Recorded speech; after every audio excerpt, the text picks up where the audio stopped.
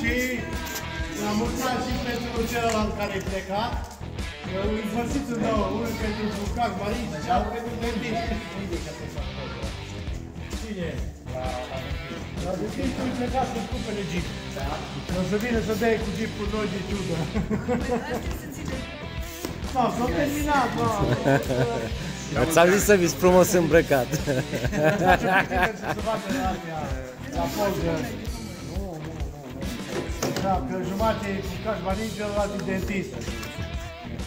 Puneți o dorință să ai cel mai tare echipament.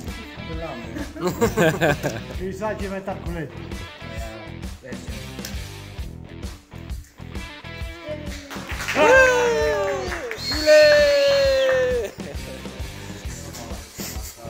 Nu vezi că